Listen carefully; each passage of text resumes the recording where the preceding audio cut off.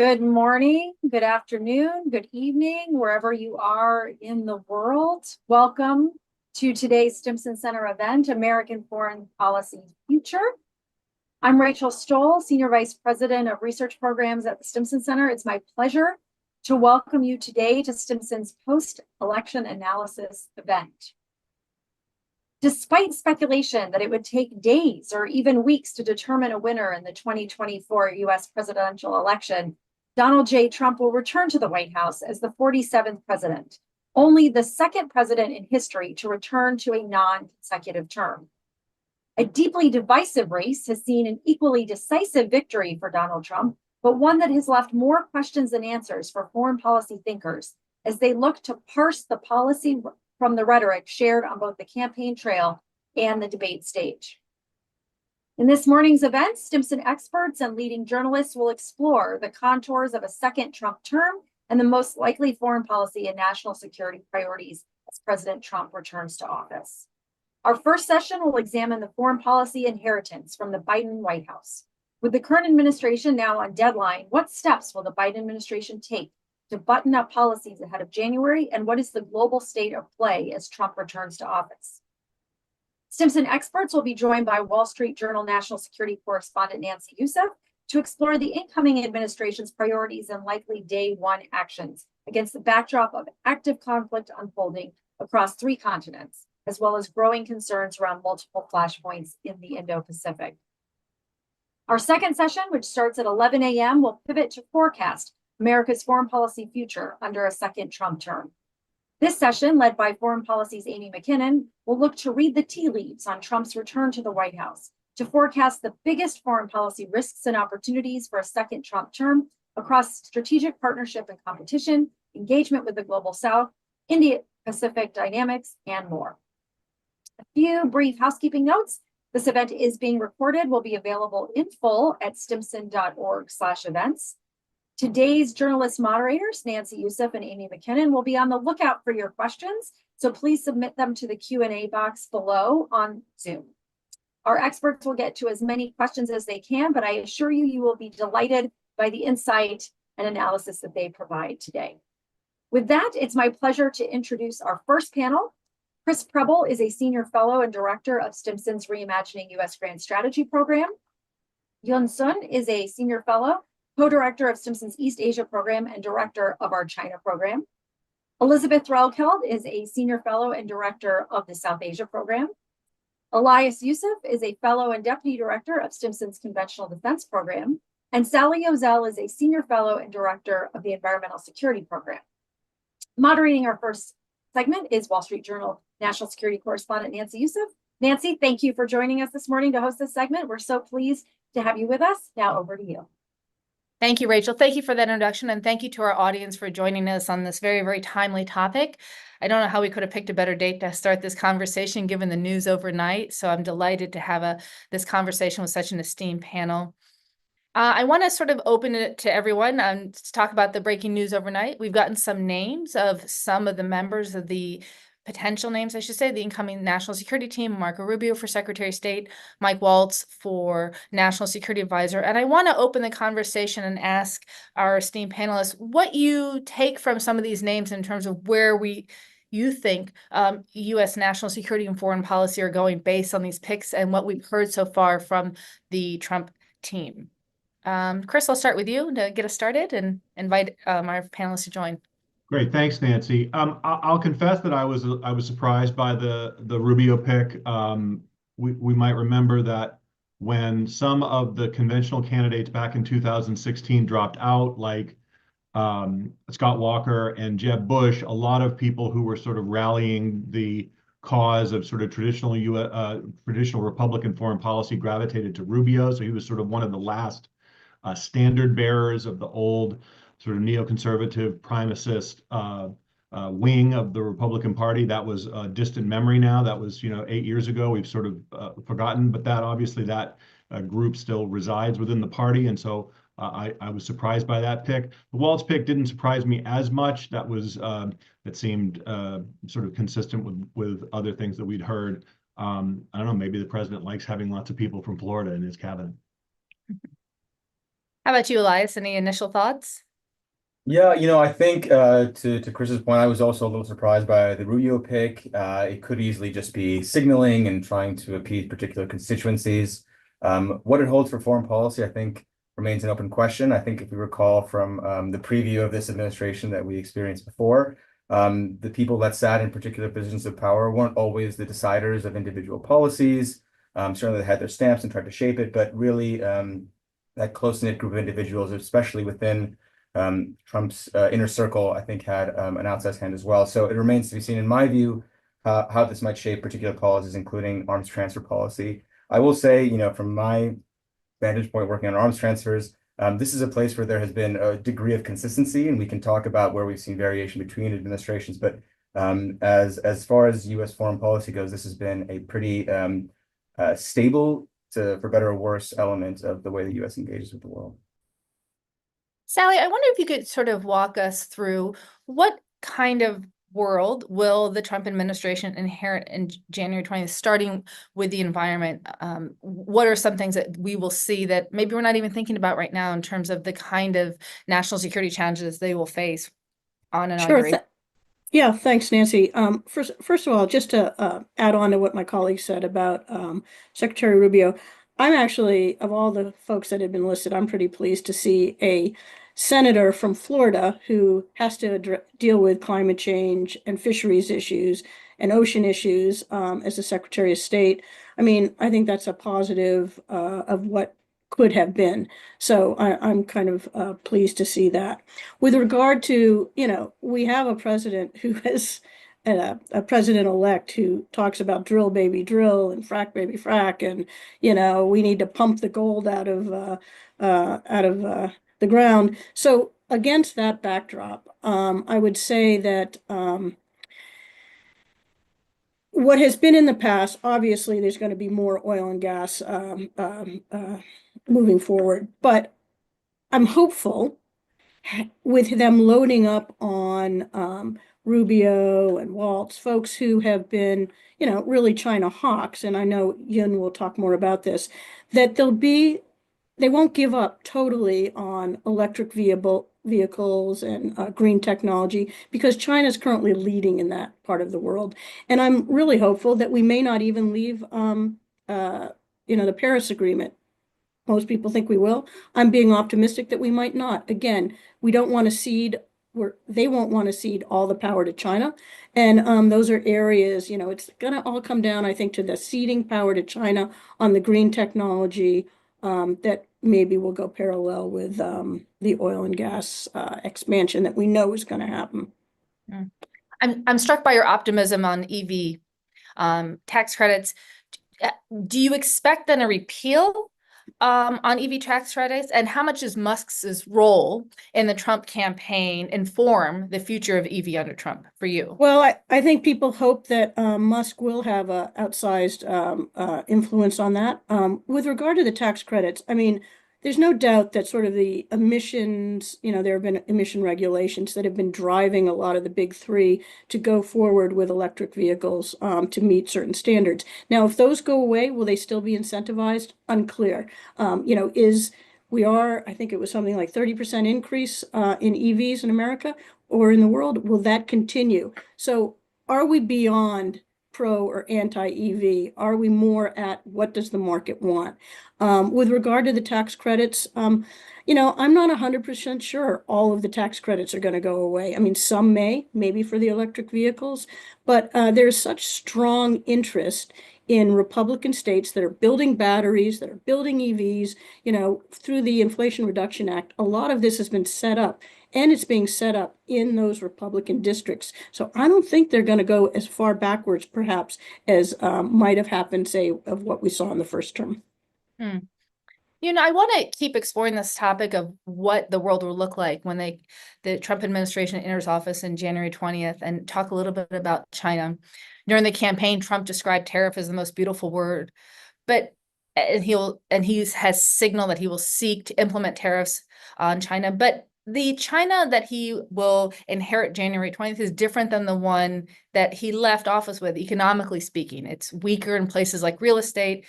and less dependent on the US. So I was curious, given those factors, what impact, first of all, actually, let me back up and say, is that a fair assessment in terms of describing China, the one that they will see on January 20th? And if so, what impact will tariffs have on China? What are some, and to follow up on that, what are some of the unexpected impacts on the US side? That's a great question. Thank you, Nancy. I think first on where China is, I think there is a shared consensus that China's economy has suffered tremendously during COVID and then after COVID.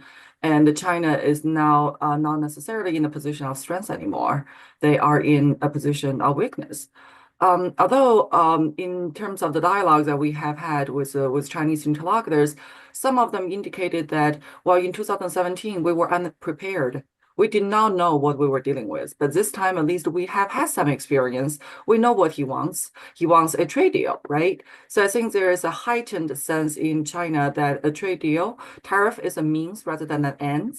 The eventual goal of the second term of President Trump is still going to be achieving some rebalance or some fairness in terms of the trade relationship between US and China. And I think that opens some space for curiosity and also for potential negotiation that what would be the trade deal. Remember, China did reach a deal, a phase one trade deal with President Trump in January of 2020, a deal that the Chinese did not implement. So my understanding is now the implementation of that deal is potentially back on the table. And then the question is, would that be enough? Would that be enough to preempt this promise by President-elect Trump during his campaign, saying that, well, 60% of tariff across the board for all Chinese export to the United States. So all those remains to be seen. So the Chinese calculus is that if United States imposes 60% tariff across the board on all Chinese export to the United States, it's going to probably cut their GDP growth by 2 to 3%. What that means is that it's going to take away all their GDP growth. Currently, they are somewhere around 4% if you are confident in the data. So it's going to take away China's ability to generate more growth in the short term. But on the other hand, we're also seeing that China has been turning towards global south in order to make up the trade loss that they have suffered from the developed world. So I would say first we have to look at where the trade deal is or will be, or whether it will be on the table. And two, we look at how China is able to supplement, or in this case, substitute the export to the United States from global south. Thanks. You mentioned that they're going to try to put in a plan and maybe to see if that would be enough. What does enough look like? That's a great question. Well, we know that by January 2020, the phase one trade deal was perceived as roughly enough at that time. But now we're 4 years later, and we have seen the trade imbalance continue to deteriorate between the two countries. And there's also the question of how President-elect Trump feels about China now. Because one could argue that COVID back in 2020 cost him his re-election. Otherwise, with the phase one trade deal put in place, he was in a very strong place. So does he come back with a mentality of revenge that he has to get back at China? He has to punish China even more? We don't know the answer just yet.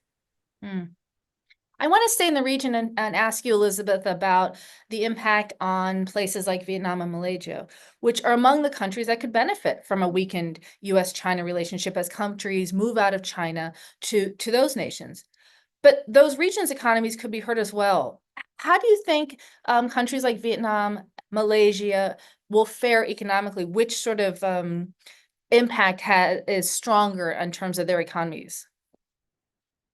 I think maybe expanding out beyond those two countries and looking at the broader Southeast Asian and South Asian regions, the behavior that we've seen over the course, not just of the Biden administration, but indeed the previous Trump administration as well, is largely based on hedging, right? Countries don't want to be forced to choose a camp, either with the US or with China. And I think given the uncertainties that my co-panelists have gone into in the course of this conversation already, countries will be taking a wait and see approach in many ways. I think there is increased perhaps scope for more transactional trade-related cooperation with the US. But as always, geography matters. And for those countries that find themselves a little bit closer to China than they are to the US, certainly this is the case with India, where we see some interesting movements and perhaps a bit of a thaw between India and China lately. Those calculations are also quite significant. And so I think, not to say it's too early to tell, but here is a space where I will expect, countries across the region will be waiting and seeing to an extent what signals they're receiving from an incoming Trump administration, who some of the other appointees will be. And based on that, and based on exactly that calculation that Ian just mentioned in terms of what it seems the administration's approach will be to China, will it be as hawkish as many are anticipating? From that will flow some kind of second order impacts and decision-making dynamics beyond the India question, but also more broadly across the wider region. I have to tell you, as you were speaking, I found myself thinking, for countries like India and Malaysia and the Philippines and much of the world, really, we keep hearing that the Trump administration is going to push back or rescind a lot of the things we saw in the Biden administration. So I want to sort of ask everyone, what is the impact, as you see it in the regions that you're focused on and the topics you're focused on, of this sort of, I dare say, whiplash in terms of U.S. approach to these regions? And do you see, for example, Elizabeth, where these countries could maybe decide to gravitate more towards China because of the potential instability of building stronger alliances with the United States? I'd love for just you to start us off. It was just the question that popped in my head as you were speaking. Yeah, so it's an interesting one. And focused on South Asia specifically, I think one of the interesting pieces of this puzzle, as we're all seeking to figure out which way the winds are blowing, is in South Asia, the story has actually been relative consistency in terms of US policy, certainly over the last two administrations and honestly beyond, speaking about previous Democratic, previous Republican administrations. A lot of that is driven both by an increasing recognition of the perceived threat of a more aggressive Beijing, but also, for example, in terms of India, it's a question of market access. It's a question of economic potential, the biggest country in the world, and even beyond within South Asia. There is a huge degree of potential there, but also of security considerations for the US. And so I think that combination has provided perhaps a bit of ballast against that U-turn or change of direction that truly could be disorienting, right? Anytime you do see a radical change in approach, countries are going to be prone to hedge. But I think what they're looking at more, at least in the regions that I focus on, are more they recognize that US-China competition really is the driving fundamental of a lot of what we're seeing play out across the Indo-Pacific. And so waiting to gauge any shifts there will determine some of these other questions. And so it comes down to exactly what Yun was laying out in terms of what that approach to China is likely to be, how it could vary, who's going to be driving that policy. So I think within South Asia in particular, there actually has been a remarkable degree of consistency that I would imagine will continue in a second Trump administration. Chris, let me ask you, do you think that applies to other regions, or are there other regions where we should be thinking about that question differently? No, I agree completely with what Elizabeth just said. What we are likely to see in other regions, as we've seen in South Asia and Southeast Asia, is hedging behavior. And I agree with her that there has been more consistency on questions of trade and economics between the Biden and first Trump administrations than I think many people might have expected. And so for me, this is one of those moments where when it comes to candidate Trump's talk about raising tariffs, especially on China, but also on other foreign trading partners, including many allies and partners, is this one of those moments where we take Trump seriously or take him literally? In other words, we've heard from some in his coalition who think that this is a negotiating posture. This is how he's going to threaten tariffs or impose them briefly to extract concessions in the interest of trying to strike a trade deal That's one possibility. The other possibility is that these tariffs are intended to be a permanent feature of U.S. Policy and politics to try to revive domestic manufacturing, to freeze out and disadvantage foreign competition. And if that's what we're heading towards, and I have some very serious concerns about the inflationary effects, I'm very concerned about the response and the retaliation by others and how others react, because I am myself am skeptical that tariffs will bring back the manufacturing jobs in the way that some current advocates of protectionism argue they will. Elias, I wanted to ask you about weapons sales. Taiwan has reportedly signaled that it's open to arms purchases, including a destroyer, as an overture to Trump. Do you see other nations adopting that approach? And can the U.S. support that kind of surge just in terms of production? Yeah, it's a great question. I mean, I think, in terms of what President Trump is inheriting, as you know, it's inherited, the administration will inherit the world's largest arms trade enterprise. It accounts for 40% of the global arms trade, all with really profound impacts on peace and security. But I think, while certainly the volume and many of the partners have remained consistent over time, certainly the approach, the language, and the framing around why we engage in these partnerships have changed.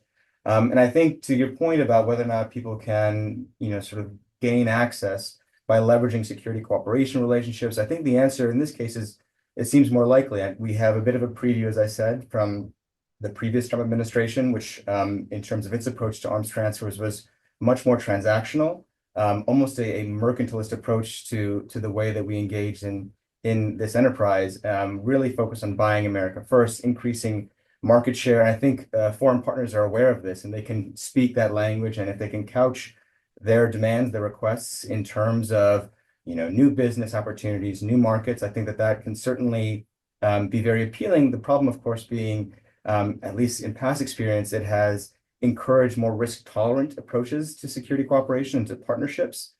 We certainly saw that the Trump administration was very willing to overlook, let's say, irresponsible or abusive behaviors of recipient governments if it was able to justify it in terms of dollars and cents.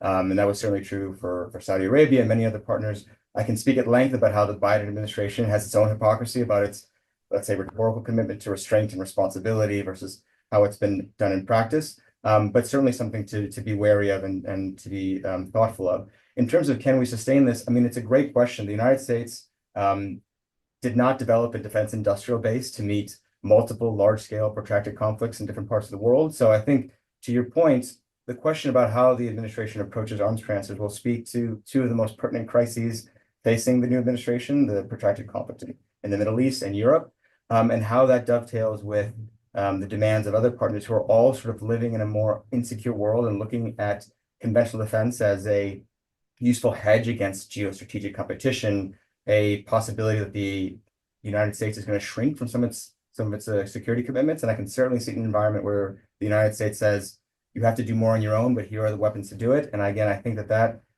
speaks to me to a less restrained approach to arms transfers, and that adds quite a bit of risk to an already very risky enterprise. Could you see European nations investing more in their own industrial manufacturing of weapons, given the sort of strains we've seen from the U.S. in terms of supporting Ukraine and Israel, and part of this hedging strategy that if the U.S. isn't going to provide weapons, maybe we need to sort of ramp up our own production as a form of sort of protecting our own defense? Is that something you're looking for going forward? I think it's certainly possible. I think you've seen nascent efforts to do just that, whether it's been artillery production, air defense production, interceptor production. There has been some of those investments.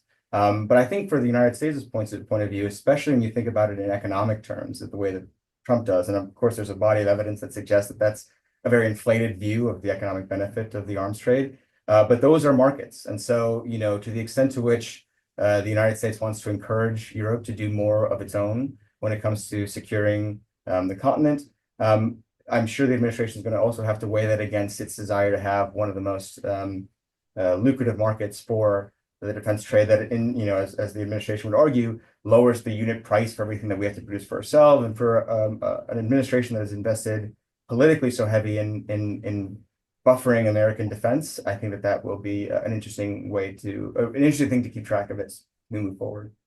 You made reference to this, so I feel I should address it because I think it's an important point about the Biden administration sort of using weapons sales as a means of exerting foreign policy. We saw sort of the most pronounced in Ukraine and in Israel, but around the world. Are there lessons learned that you think the Trump administration will take from the Biden administration's approach to the use of weapons sales as a tool of leveraging influence as part of its foreign policy?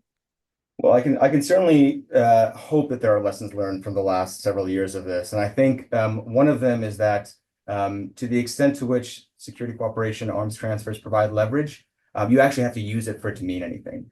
And so I think we've seen, especially over the course of the last year, particularly in the Middle East, where the United States government is really at odds, or has at least said that it's at odds with the approach that the Israeli government is taking to the campaign. But despite being its principal military supplier, sort of fundamental to its ability to conduct the campaign, it's been so hesitant to leverage that to achieve any policy aims. And I think this has been something that's been true across administrations for decades, which is that this sort of hoarding of leverage, this sort of love of the idea of leverage, means that it's always latent and never exercised. And that really means that it sort of undercuts the entire value of the enterprise for the building of influence. Now, you can take a much more transactional approach, as Trump may, and say, I want A, B, and C if you do X, Y, and Z. And that may be a different approach. But I think the lesson that I would hope is that leverage has to be exercised to be useful and not to simply sit on it, especially if countries are behaving in ways that are at odds with U.S. interests and policy priorities. I wanted to go back to some environmental issues because, Sally, one of the things that struck me, and as I was thinking about the difference between the first administration and the second, is you know what, Trump has called climate change a scam, but it really feels like since he took office in 2017 to now, there's been a real change around the world in terms of how it views climate change. How much impact then do you think he will have on things like the EPA? How much room will he feel that he can make cuts to things like the EPA, given the sort of international change in attitude towards climate change? Yeah, well, as far as the federal agencies go, I think the EPA has a big target, sadly, on his back. He hollowed it out the first time, and I don't really think that's going to change too much. Particularly, as I said, with regard to the EPA, how they had these implemented tailpipe emission requirements that really drove a lot of the big three in moving towards EVs. I think those will go away. I think the coal and other emissions and power plants, those to the extent, they're rules, it takes time to overturn a rule. I think they will eventually be repealed. I don't think that is going to change from the first administration too much. We've already seen how Project 2025 is trying to do away with the National Oceanic and Atmospheric Administration. You may remember Sharpiegate, where the president decided to write on the weather map where he thought the hurricane was going to go. My hope is science will still be driven in decision making. It's unclear. In the past, they've tried to get rid of NOAA. Luckily, NOAA has such a strong constituency, again, with Republicans in Tornado Alley and hurricane places. So I don't think that will happen. Keep in mind, in the last decade, we've had almost $1 trillion in the United States of damages from storms. And, whether you attribute it to climate change or not, I think we do. That needs to be addressed. So I don't think a lot of these basic services from federal agencies that help communities will go away. I wanted to note, though, with that, thinking more broadly internationally, who are the winners and losers beyond U.S. federal agencies? What I am most concerned about is the global South. And I think this is a dynamic which will be very interesting between, again, assistance from China, assistance from the United States. These are countries that have been sort of moving towards more green technologies supported by either bilateral effects by deals with China or the World Bank or the U.S. And, again, Project 2025 calls on pulling out of the World Bank. We're the biggest funder in the World Bank. I think we give something like 17% of their money.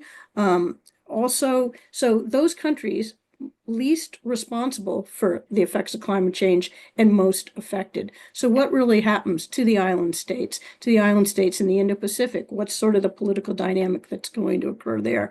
What about the investment in African countries and other island states? I'm struck by everybody speaking that we're all sort of discussing how much things will or will not change in the particular areas that you're interested in. So I'm going to ask a question to everyone. And I'd like to start with you, Elizabeth. Where are the areas then where you think you'll see the most change in the region and topic that you care about? You talked a little bit about what might not change. I'd love to hear what will change. And then Yoon, if you could follow up, and we'll kind of go around the table virtually. That's a great question. I'm going to give maybe a boring answer, but I think it's the one that at least comes top of mind to me. And it's not as much a change in policy direction, and more policy process and kind of how this is done, right? So it will come as no surprise that Trump is invested in personal relationships with leaders around the world. And Narendra Modi, India's prime minister, is very high on that list. Even though Trump has criticized Modi as, the tariff king in previous comments, he also said very positive things about him in the campaign. We've already seen positive language between the two sides. And so I think a reversion to those personal relationships driving U.S. policy in ways that we haven't seen as much under the Biden administration. And that can matter in interesting ways. It'll play out differently depending on countries where there is a counterpart that Trump feels like he can connect with, can sit down across the table with, and get business done. The other flip side that we saw in the first Trump administration was, as Sally was alluding to, a hollowing out of some of kind of the civil service working level and senior working level positions that are really responsible for getting movement and working through a lot of these challenging issues. There's a lot of red tape, and you need a consistent policy process at the working levels to be able to move forward on some of the priorities that leader level engagement can create top cover for, can create space for. And so depending on how this Trump team's transition goes this time around, right? I'm sure lessons learned from the first time around. So it might be a bit different, but watching relationships transition back to that more kind of top leader level personal relationship, and how those in the bureaucracy on the US side, but also on counterpart sides, will be able to adjust to that and ensure that those connections at the working level remain and there's enough consistency to be able to move forward on the policy priorities that have been identified. That's somewhere that I think the Biden administration was able to make some pretty significant gains. We have a lot of promises, and we've seen some of them come to fruition over the course of the last 4 years. And so seeing that kind of process-based adjustment, I think we'll play it in South Asia and well beyond. So it's interesting. What does that then portend for someone like Marco, who really moved towards the Biden administration? Is there space for the Philippines to sort of reset its relationship, given its ties to the Biden administration, or its move towards the Biden administration at least? I think it will be a case-by-case basis. Again, to an extent, it will come down to that bigger picture China question and how willing countries are to give some costly signals. We talked about that hedging behavior that has dominated across the Indo-Pacific and beyond. What are countries going to be willing to do to come to the table to show that they are willing to engage with this administration? The other piece of this is how much policy is going to be driven by the State Department and how much is going to be driven by the White House, and how aligned those two pieces of the U.S. government are in shaping foreign policy.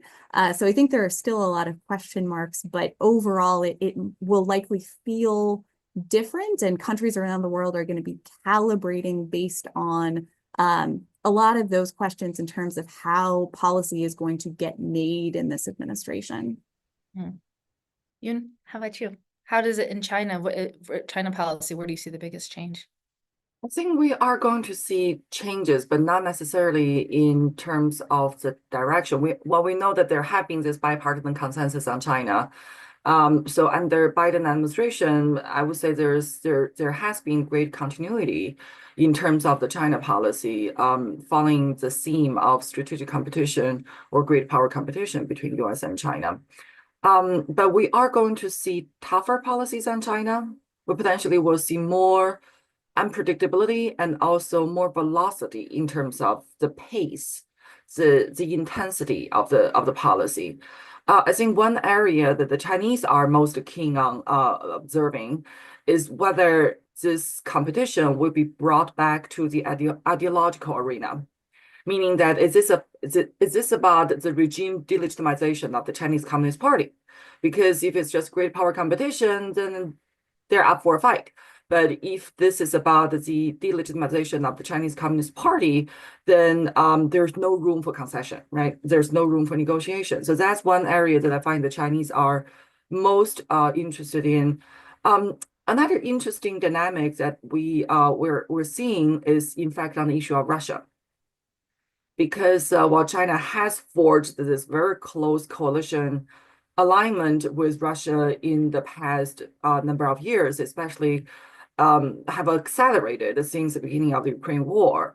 But if now Ukraine war is going to end somehow, and if now that President Trump will seek better relationship with Russia, then that's going to create the most significant external change to China's strategic environment.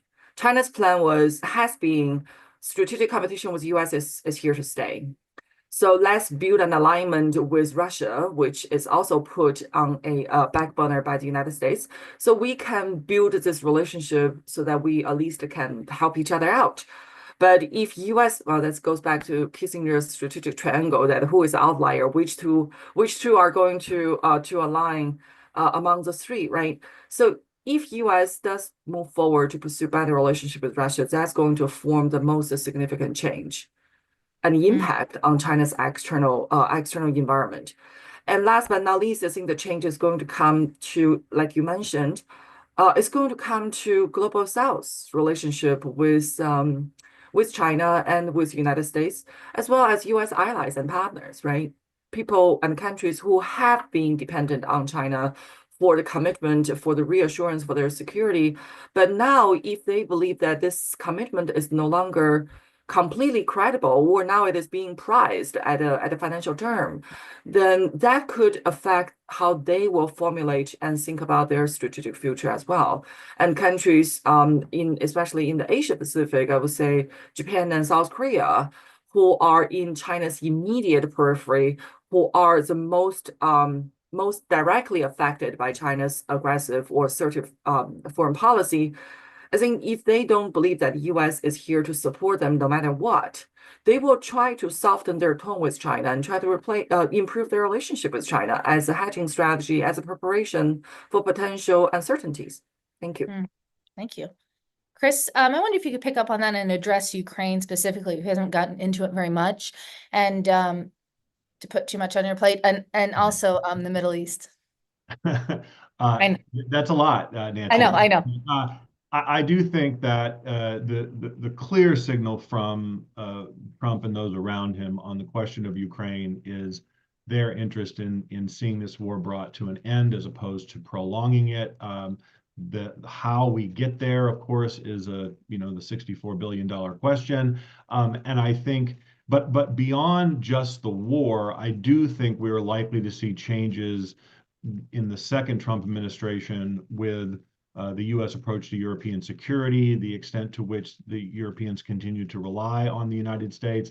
Elias already sort of hinted at this. Partly this is a function of the recognition on the part of the Europeans of their current dependence upon the United States, and this makes them quite uncomfortable, understandably. And then the concern about what kind of threat Vladimir Putin poses to them, given his demonstrated willingness to engage in completely unjustified aggression against his neighbors. So I think we are likely to see some changes in European security. I guess the open question is, If the Europeans reach the 2% threshold, which was their previous target, now Trump people are now saying it needs to be 3%.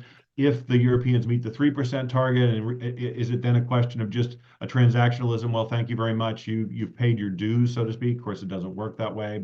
And then the United States will be content to continue to be the security guarantor of the continent. I think we don't know about that. On the Middle East, I'll be honest, that is not my area of expertise, and I think there are just way too many questions there. The one thing I will say is this: that Donald Trump, of course, was elected the first time by railing against some of the wars that the United States was fighting in the Middle East, including against the war in Iraq and partly against the war in Afghanistan.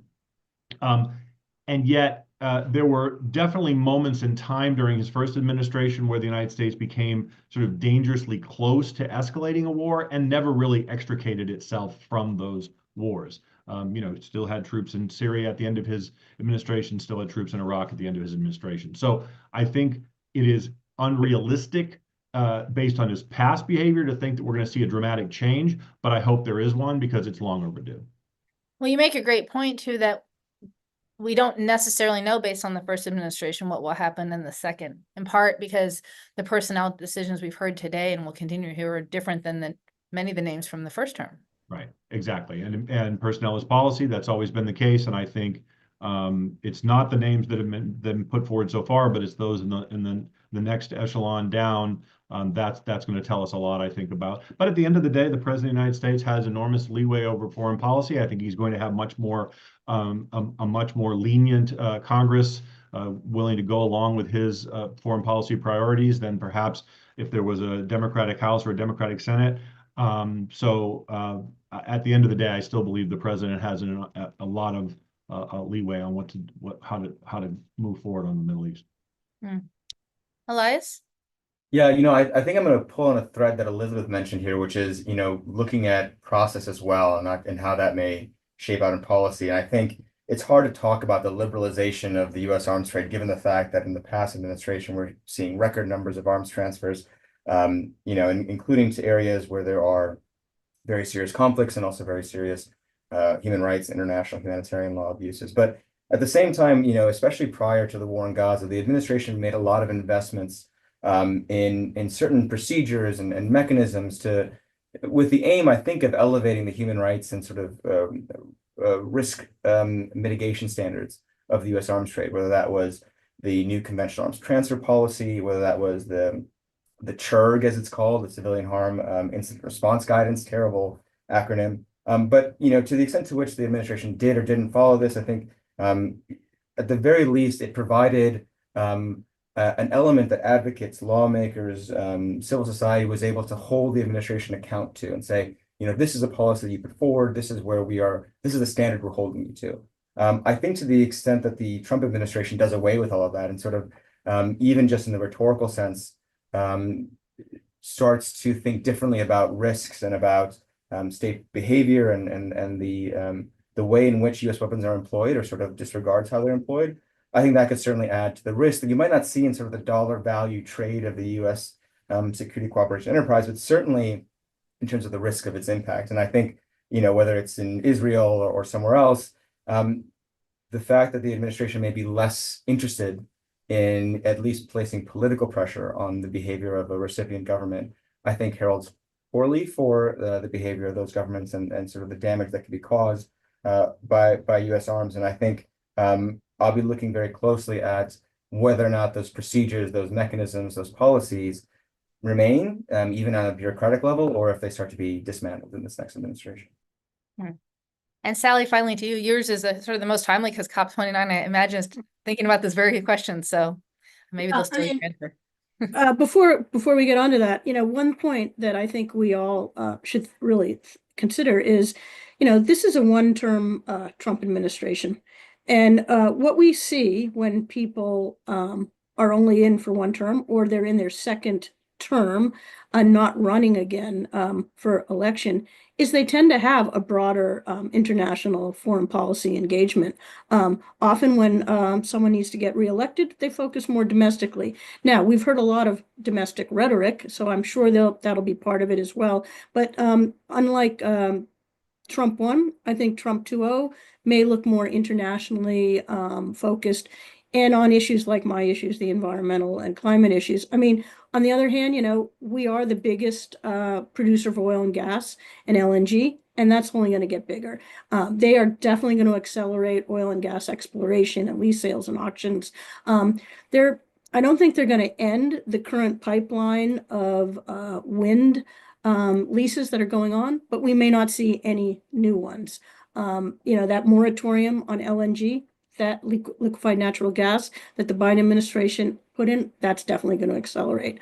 As far as manufacturing, I mean, we are in a world where chips and EVs and batteries, these are new technologies. And again, as I said earlier, China has really started to lead in the market. If we step away, whether it's at COP, the Climate Convention of Parties, or in bilaterals or in other negotiations when it comes to climate change and the new energy infrastructure, we will fall behind globally. And that is not going to serve us as a country well. We need that manufacturing at home. We can't be completely reliant on other countries. And I think that may drive more of us staying in some of these areas than we may have otherwise.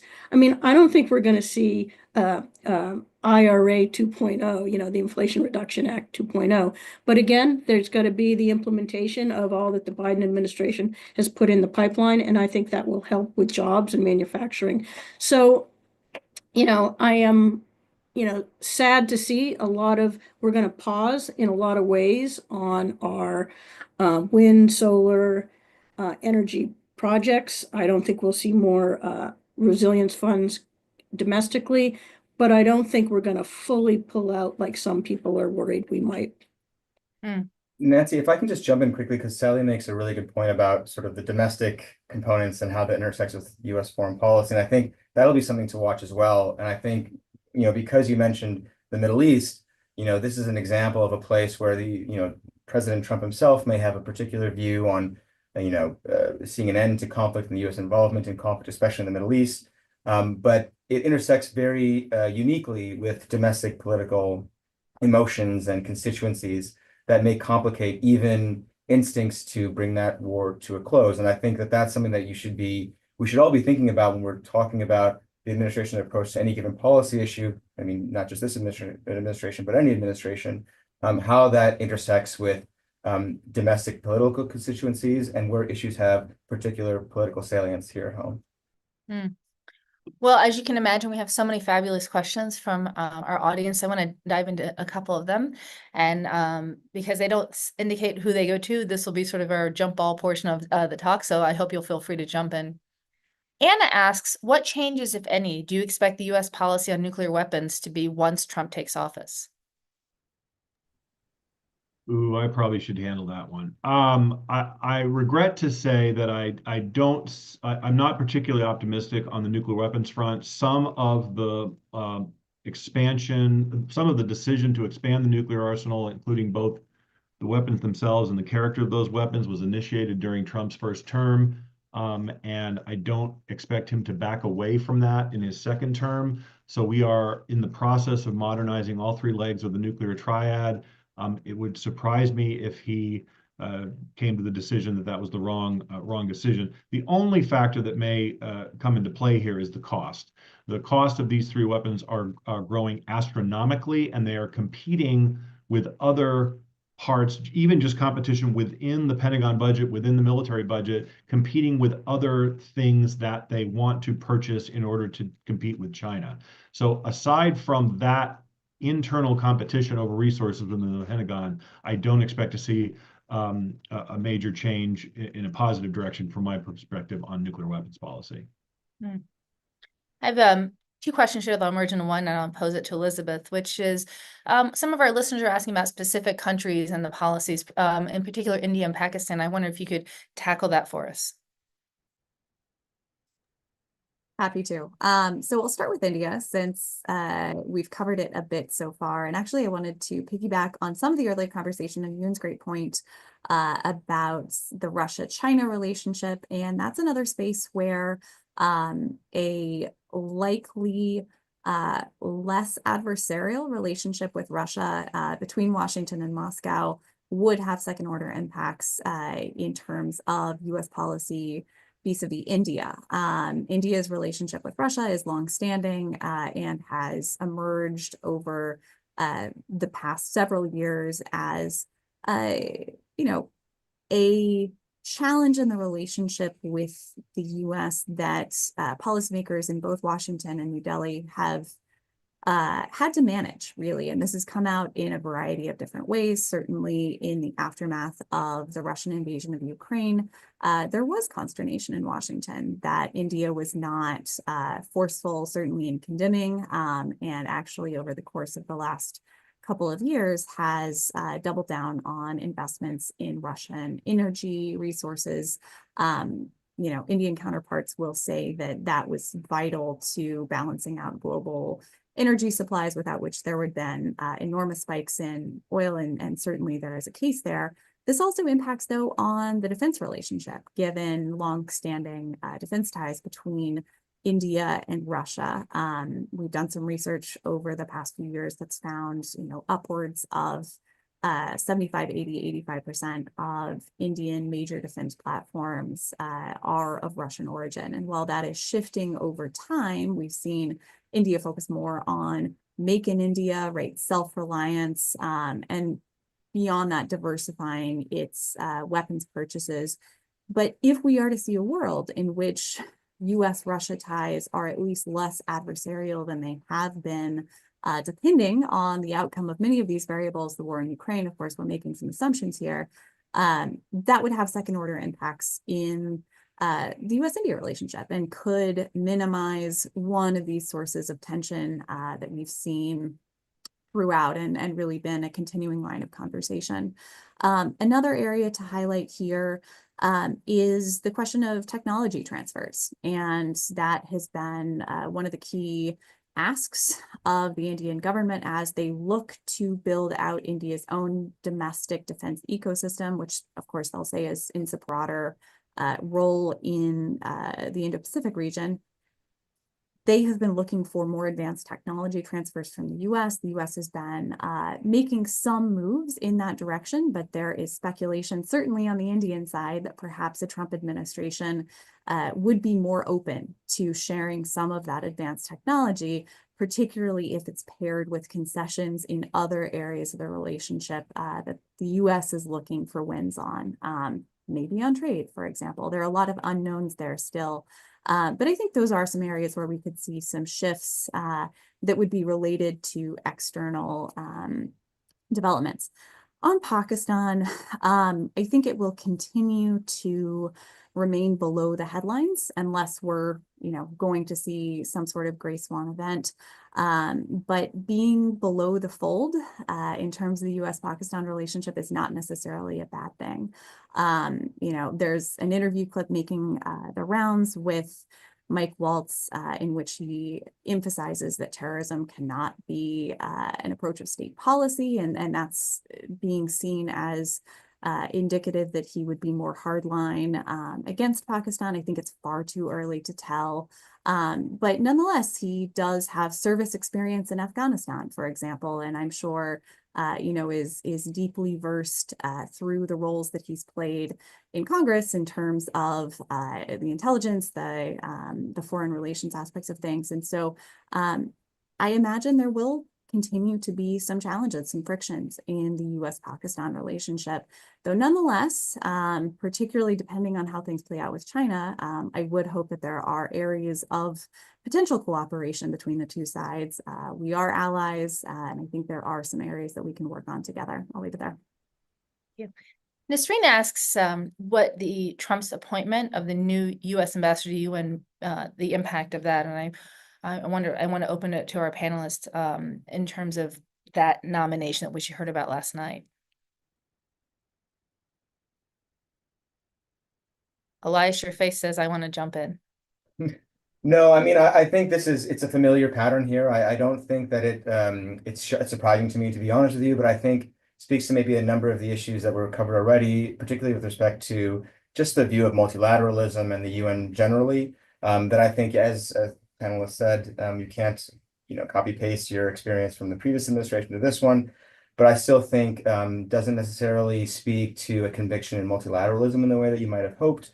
And that may relate to things like arms control and other areas as well, including approach to foreign policy crises, whether that's in Ukraine or in Israel, and a much more US-centric view of how those crises or those issues have to be managed. I forget who it was mentioned, sort of that the personal relationship, I think, is certainly the paradigm that the administration of President Trump himself very much enjoys. And so it speaks to me to a deteriorating view of the UN amongst the United States generally, but also in terms of whether or not the United Nations is going to receive the funding it needs, or be seen as a mechanism that can help address some of the kind of foreign policy issues that the administration is going to have to face in the coming years. And then another question we had was what impact it has the new administration will have on the CHIPS Act, and I'd love to get the panelists' thought on that. Yoon, is that something? I think the broader question is, well, at least in the China context, is that what will be US export control or export restriction will look like under a Trump administration towards China. We know that the current administration has had a number of restrictions in terms of chips export to China, focused on the most advanced chips. And one argument that the Chinese have been making is that, well, if you want to remedy the trade imbalance, this is an area that China could import more from the United States. So I think that offers a choice for the Trump administration, that which one will be prioritized. My speculation is that national security is going to be the most significant concern coming to the issue of China. So I don't see the Trump administration being more open-minded about the chips export to China. But then the question is, well, how are we going to remedy the trade imbalance with China? Like potentially we'll go to agricultural products or energy products, but all that remains to be seen. Thanks. I want to use my prerogative as the moderator asked the last question, which is there an area or country or topic that we haven't discussed that you think maybe others aren't watching that we should be watching, or you're watching in particular as we enter a new administration?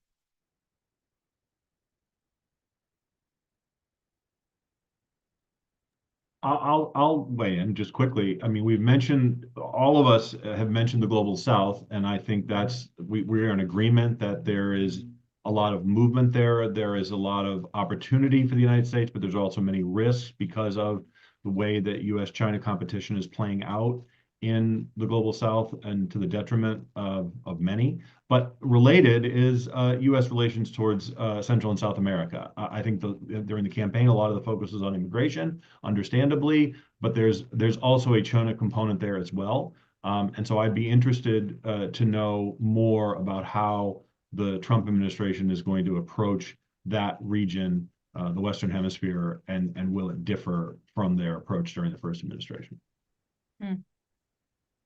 Any other thoughts? I just because Chris already mentioned it, I was also going to say this hemisphere, it seems to be a place where very little attention is often paid unless it's talking about immigration.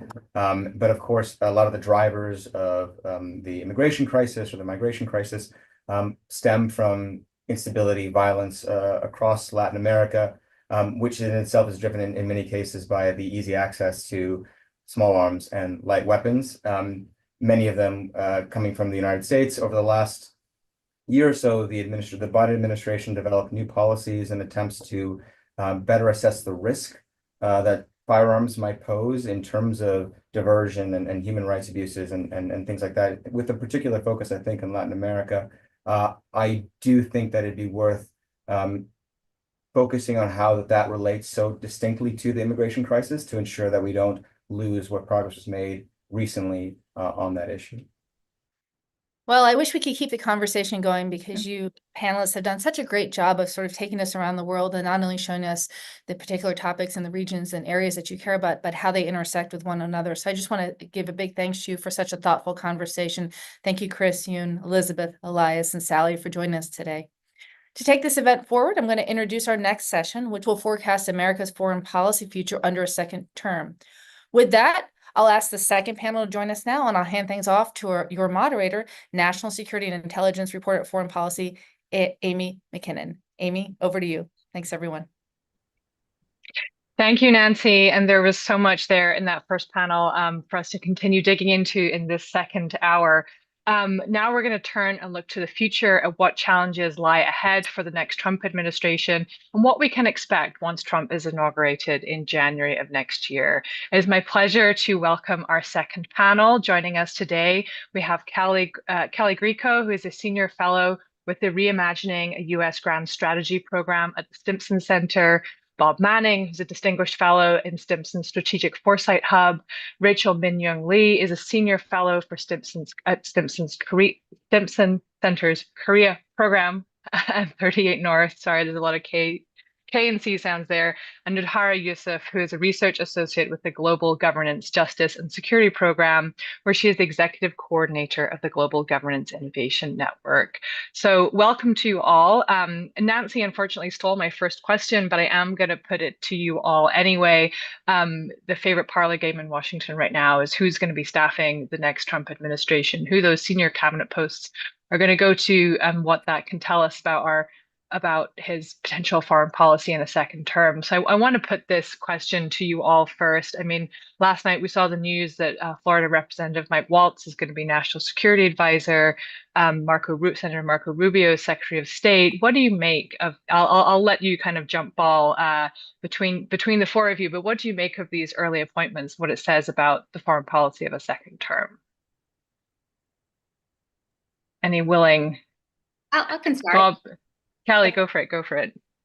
So, you know, I think that what's difficult about Donald Trump is that he holds contradictory views, and we've saw this last time in his administration. And there was always been these rival camps between the primacists, that more traditional neoconservatives, and I would put his two appointments, both Marcos and Waltz, in that category. And then he also has these more restraint-oriented instincts, although that group is not really a monolith. It breaks down between China hawks, those that want to rebalance, and those that would like to more generally pull back. What we saw, though, with these recent appointments is it seems that the neoconservatives, primacists, clearly have the upper hand in these appointments.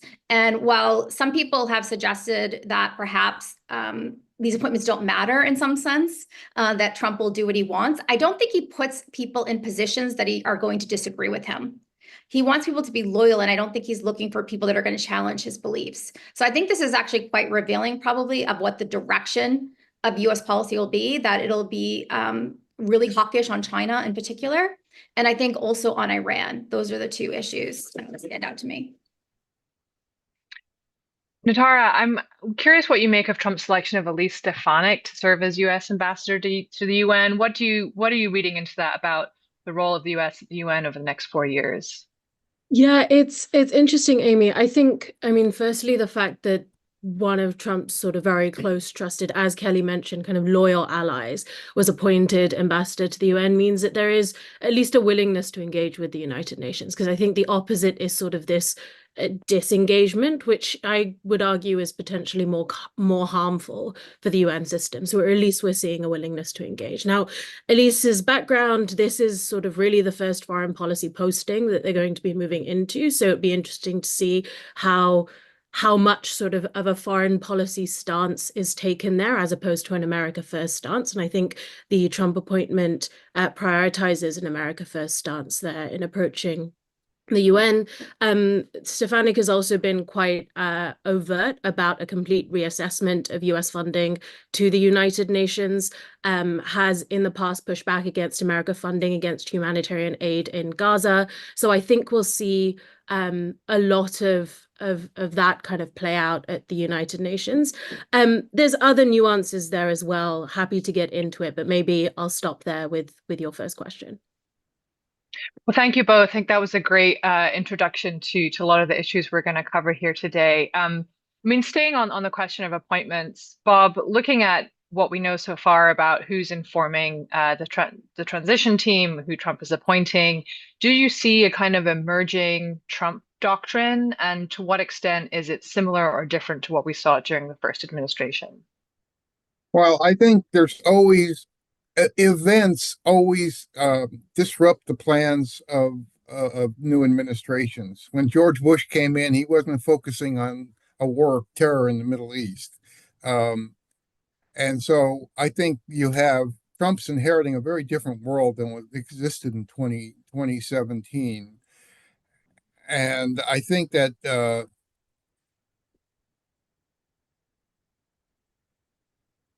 think that um, that's going to drive a lot of what they do. I think immediately. I also think there's a worldview issue here to me, that his picks for both NSC and state, as Kelly mentioned, really are a bit of a surprise to me, because Trump really represents kind of the end of American exceptionalism, right? He's not going to be promoting human rights and democracy in our foreign policy. It's more about power. And so in that sense, there's a coalition. Um, but I don't think he's going to be driven as much as, say, somebody like Rubio is based on ideology. I think he's more interested in getting Nobel Peace Prizes, and I think he sees himself above all else as a deal maker. So I think that's why his focus immediately is on Ukraine, which I think is going to prove more difficult than people think. But I agree with what was said in the last panel. I wouldn't be shocked if there's a very different approach to Russia, and if there is a settlement, it'll affect European security and our relationships with Russia. I think the Middle East is really exploding, and I think we're at a crossroads in terms of Iran, which now faces two choices: either get nuclear weapons or cut a deal with Trump, which they're now debating in Iran. And then there's always this tendency, particularly among primicists, for regime change. And so in the case of, I think that affects China policy as well, right? The goal of the Biden administration was to try to create a framework to manage competitive coexistence. I think some in the Trump camp want to get rid of the Communist Party of China, which I think is a fool's errand. But nonetheless, I think they're more focused on a different end game than achieving a stable balance of power. So I think all those things come into play. Now, Rachel, I know you have to head at 11:30, and there's a lot to talk about in your realm of expertise. Bob there mentioned Trump's kind of love of deal making and the pursuit of a Nobel Peace Prize, which leads me then to North Korea. North Korea is very different than it was when Trump left office 4 years ago. So could you just kind of set the scene about how the challenge that Pyongyang faces is different this time around? Sure, thanks, Amy. But first, going back to your question about the personnel appointments and what we might expect, looking at Rubio's past, bills on North Korea, his past public statements about North Korea. He sponsored bills on the reauthorization of the North Korean Human Rights Bill. He has called for the enforcement of sanctions on North Korea. So, that gets me wondering how, his position on North Korea may jive with where Trump might want to go with regard to North Korea, which brings me then back to your question about the current strategic environment and North Korea in it. So I think we can all agree that the environment has changed greatly between when Trump was president and now, and the environment that he inherits, that he will be inheriting in January 2025. I think what we have to consider as we craft a policy on North Korea is that for North Korea, the strategic value of the US has fallen greatly. And, I know that there are people out there who will disagree with this statement because they will argue that, but North Korea's ultimate goal is to get the sanctions relief and, normalize relations with the US. I think North Korea would like to improve relations with the US, not right now, but ultimately. There's no reason why they wouldn't want that.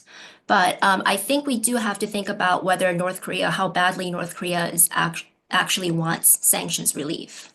That may not be the most important thing for Pyongyang right now. As we know, North Korea is aligning very closely with Russia. It's found means of making money other ways. So sanctions relief may not be as big of a deal for North Korea, as it was back in 2018. Also, again, normalizing relations with the US, one of the reasons why North Korea has wanted to improve relations with the US was to improve the economy for regime security. Again, I think North Korea has found other opportunities from what we like to call the great power competition, with the deepening of US-Sino competition. And also, its changing relationship with the US, with Russia, excuse me. So I think that's something that we have to consider. Bob, did you have your hand up there? Yeah, I don't disagree with what Rachel said. I think the situation has changed in two big respects. If you think about the last 30 years of our failed diplomacy with North Korea, they're two quite humiliated after the failure of the 2019 Hanoi summit, and he embarked on an incredibly aggressive missile and nuclear buildup after that, and he's kind of I'm sure at some point, depending on what the terms were, he'd be okay with normalizing with the United States. But historically, it's been a major North Korean goal. They see themselves as a small power trying to manipulate great powers, as Kim is now doing between Russia and China. And so there's that. But the other important thing that, in terms of deal making, is what Kim has done is essentially take nuclear weapons off the table. So this notion of denuclearization is not going to be part of any negotiation. I think there is a chance that Trump will focus on arms control and try to maybe freeze their nuclear and missile program. And then the question will be at what cost? And I think the South Koreans are incredibly nervous about this at the moment. And so I think you have to think about that. But I do think, I think Rachel is right. I think Trump will take a run at another Nobel Prize for solving the Korea problem.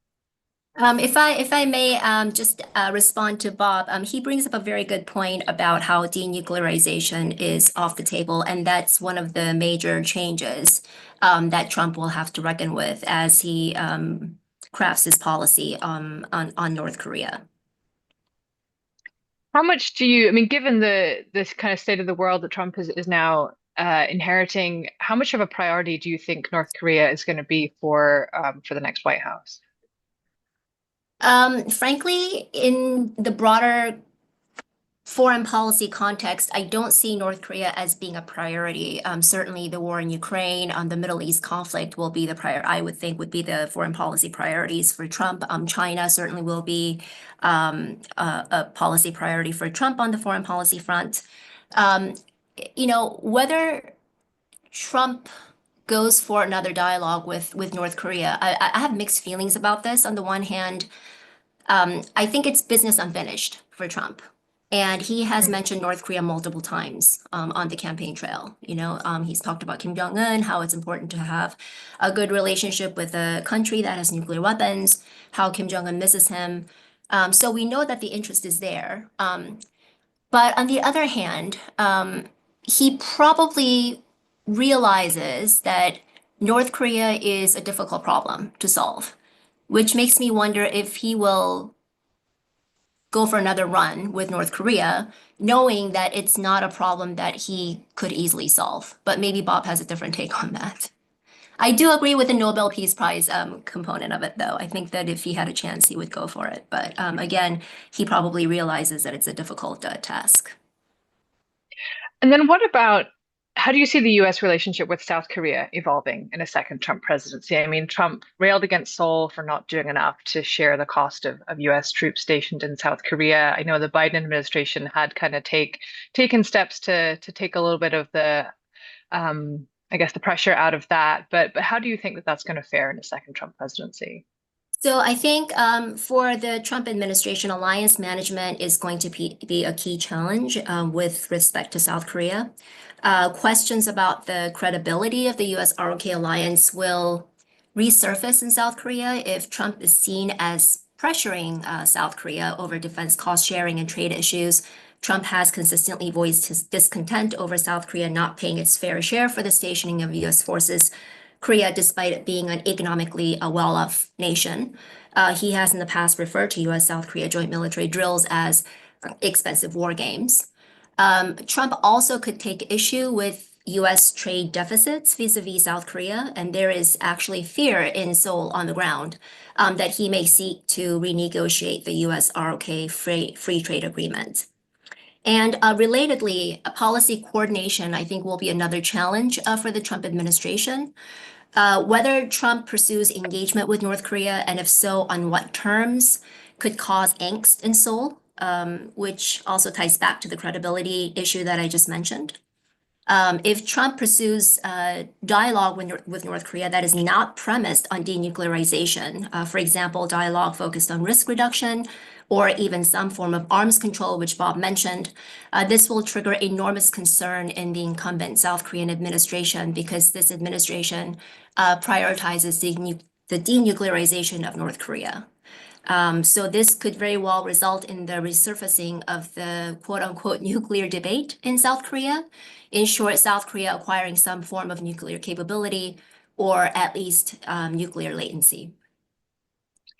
We actually had a question from the audience on that from Robert Friedman about whether South Korea will go for nuclear weapons. So I'm glad you addressed that. And as a reminder to our audience, I'm seeing your questions coming in the Q&A chat. So please do keep sending them in, and I'll put them to our expert panel here. Kelly, I know that you wanted to jump in on this issue. Yes, I think one other part of the U.S.-South Korea relationship that I think could cause some tensions is in the last 4 years, South Korea, in particular, South Korean defense industry has really taken off. I was at an industry event a few months ago, and I was asking U.S. defense industry executives if they were worried about competition with European defense firms. And they said, oh, no, not at all. We're worried about competition from South Korean defense firms. In part because South Korean defense firms can get the weapons and the munitions to deliver them much faster than U.S. firms. And so I do think where he's very focused on deal making, that he may actually look at South Korea increasingly as competition to the United States, particularly in the defense industry space. And one of the real, pushes the Biden administration made was defense industrial cooperation, particularly in Asia, movement towards co-development, co-production of weapons. And so I think there could be real impact on the Trump administration, maybe putting some pause on some of those relationships or seeing it as more competitive with South Korea. Kelly, I did actually have a question for you next. So, staying in the region, I mean, one of the hallmarks of the Biden administration's approach to kind of managing competition with China in the Indo-Pacific was through alliances, reviving the Quad, AUKUS, the recent trilateral pact with South Korea and Japan. Trump has historically taken a pretty dim view of multilateral alliances, particularly with regards to kind of burden sharing and cost sharing. Do his concerns about alliances extend beyond cost? Is this just a philosophical objection to it? And how do you see this playing out in the next 4 years? Yes. So I think this is really, the core contradiction, if you will, of what I see as Trump's emerging Indo-Pacific strategy. As you said, he is generally skeptical of alliances. He sees U.S. allies as taking advantage of the United States, that these are, again, bad deals. So he's going to want to push to reform them and make them better deals. Allies spending more on defense, paying more to have U.S. forces on their soil. But the other part of this, though, is that he also wants to be tough on China. And if he's going to be tough on China and have an effective policy that's trying to counter China's power and influence, he's going to need support from those same allies and partners. And so how he reconciles that, I think, will be quite challenging for the administration. Your larger point, though, I think is a really good one, which is this just about burden sharing for him and his objections to alliances? I would say the way I would phrase it is that he is very much a realist on this one point of thinking about alliances as about how do they serve U.S. interests. The last administration really thought of alliances in a much more value-based way, that we share common values. Trump will move much more to thinking about, do they serve our interests in a much more narrow way? When the answer is yes, I think he will support the alliance on a specific issue. If the answer is no, he is not going to sort of see sort of common, being a democracy with each other as being important, to sustaining the relationship. He will pull back from that for sure. And so that is where the transactionalism will be quite different. And it's something that will be interesting how his administration tries to leverage that. I want to take an audience question now. Vincent Valdemanis asks about what we can expect Trump to do at the United Nations. Nodhara, I want to bring you on this one. What is your expectation based on what we know from the first Trump administration about how he may handle the UN, how he may navigate that? And if the US opts to defund the UN, how will they exercise that power at the United Nations? A loaded question indeed. And I think I should say some of the points Kelly made are particularly pertinent to Trump's administration's relationships with the global South countries. So, interested to coming back to that later.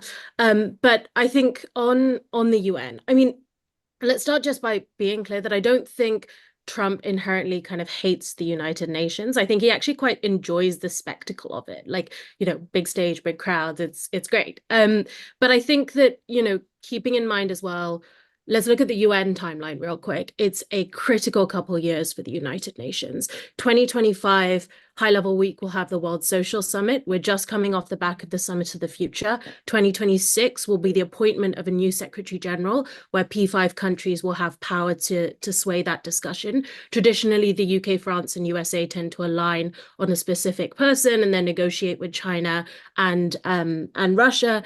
Whether that's the dynamic that plays out will be quite interesting. It's also, there's a huge campaign going on, many campaigns going on to have the first woman Secretary General appointed, and whether that will follow through as a result of kind of the administration's point of view on things will be interesting to see.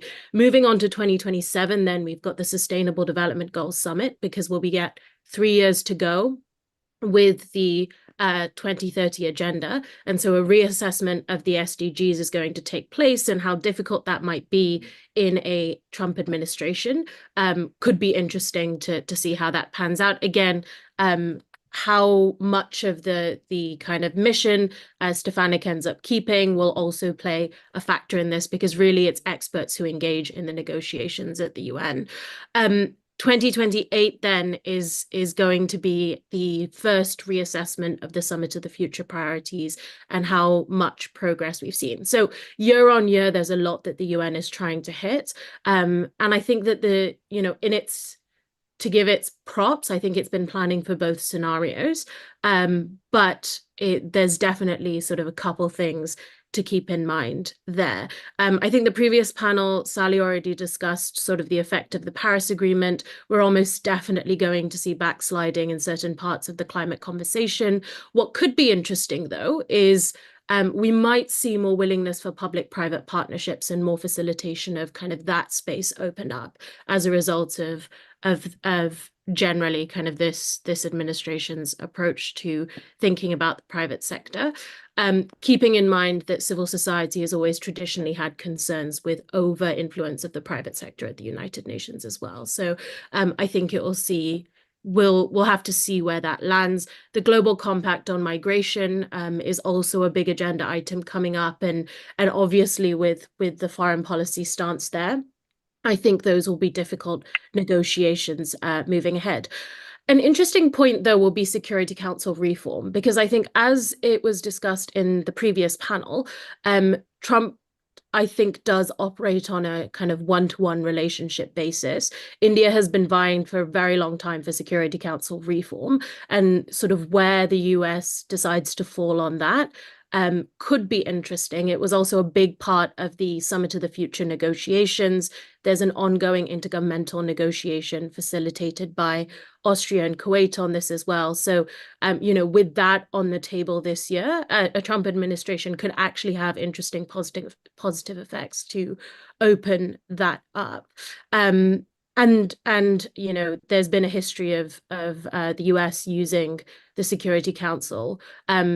Whether effectively or not is a whole other question during the previous administration, but it has traditionally used the organ.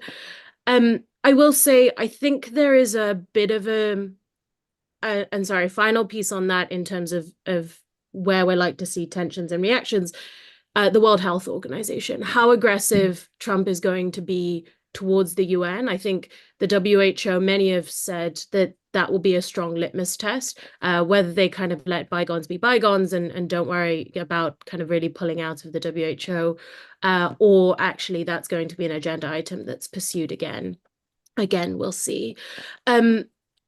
I think there is an earnest on the UN to show relevance to the administration. I think that the UN is feeling this pressure already and has been planning for it, that it has to show some effectiveness and utility as a global forum. And this was part of what was trying to be achieved as part of the Summit of the Future. I think, interestingly, I mean, the previous panel was discussing quite a bit sort of the things that need to be sped up, right, before the administration really kicks in.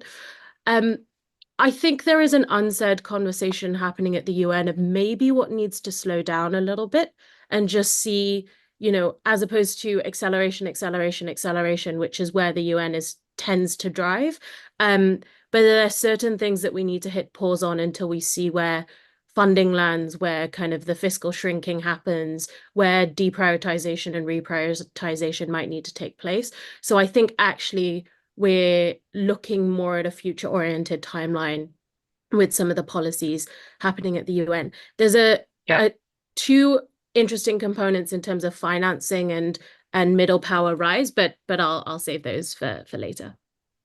I wanted to bring in Bob because I know he had some thoughts on UN and how Trump was going to navigate in multilateral institutions.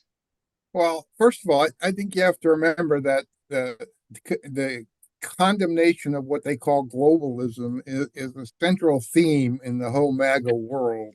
And so I expect, I hate to say this, but I think we're more likely to see more of a demolition derby than anything else in terms of at the UN. I think you'll see the US cutting back funds to every UN organization that does things we don't like.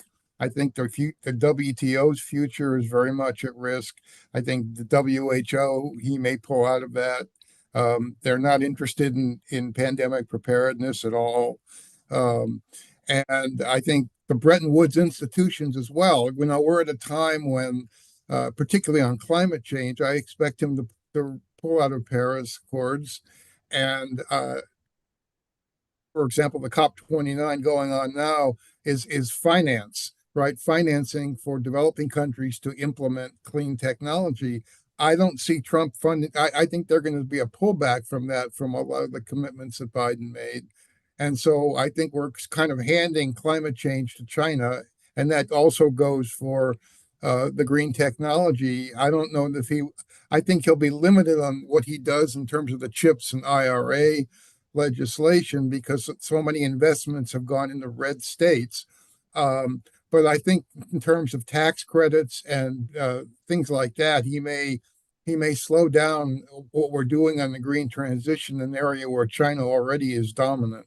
So I think there's a lot to be concerned about in terms of how they approach multilateralism.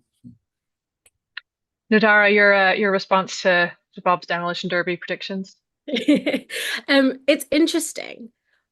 I think that there's definitely a US-centered analysis of this, but the kind of counter side of that is to say, if the US starts to pull back and becomes more difficult, then countries are going to find other allies to work with. And yes, China is one of them. But one of the things that we saw in a lot of negotiations recently has been a real rise of middle power voices in the United Nations, a real rise of voices like India, like Brazil, like South Africa as part of the BRICS countries. The Africa group was very vocal in pushing back against some of the Russian amendments that came in on the Summit of the Future very last minute. So I think, you know, there is this kind of shifting world order happening at the moment, and what a Trump kind of administration might do is catalyze and push that. We might see more of a shift towards G20 than G7, more of a sort of focus and interest on BRICS.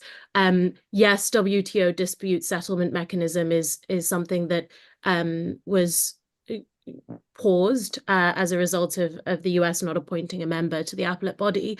But at the same time, there was a multi-party interim appeal arbitration amendment that was introduced by middle power countries. So again, I think, yes, there is the China factor and interesting dynamics playing out in the global south as a result of that. And yes, there is this kind of, you know, the US could come in and really, really hit pause on many things. AI governance being another interesting issue there, where the US has been a little bit vocal about the UN not really having a role there, and that's likely to be accelerated. But I think that we have to pay close attention to, and at least I'll be paying close attention to, how kind of groups of countries react to that, as opposed to just singularly China. I think there's going to be an interesting dynamic playing out.